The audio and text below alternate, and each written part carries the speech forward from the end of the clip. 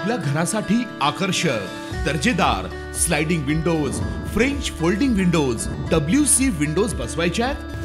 तर मग यासाठी नाशिक मध्ये एकमेव आणि अद्वितीय असे एकच नाव, शिवाय एंटरप्राइजेस।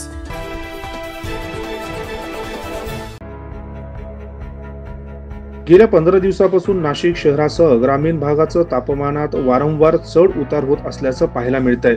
त्यातच 2 दिवसांपासून शहराचे तापमान 40 अंशापर्यंत पोहोचले असल्याने दुपारी सिग्नलवर दुचाकी चालकांना रखरखीत उन्हात उभे राहावे लागते। त्यामुळे उष्माघाताच्या प्रमाणात वाढ होण्याची शक्यता असल्यामुळे आता पोलिसांनी दुपारी 1 ते 4 वाजेपर्यंत सिग्नल बंद ठेवण्याचा निर्णय घेतला आहे।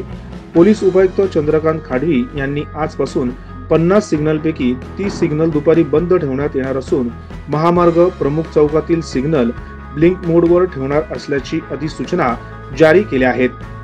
शहरातील वाढत्या उन्हामुळे शहरातील मुख्य चौकातील 120 ते 150 सेकंदाच्या सिग्नलवर रणरणत्या उन्हात वाहन चालकांना उभे राहावे लागते।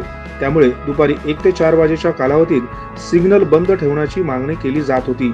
याचे वृत्त माध्यमांमध्ये प्रसिद्ध होताच पोलीस आयुक्त संदीप कर्णिक, उपायुक्त खांडवी यांनी स्मार्ट सिटी व्यवस्थापनाला पत्राद्वारे दुपारी सिग्नल बंद ठेवण्याची सूचना केली।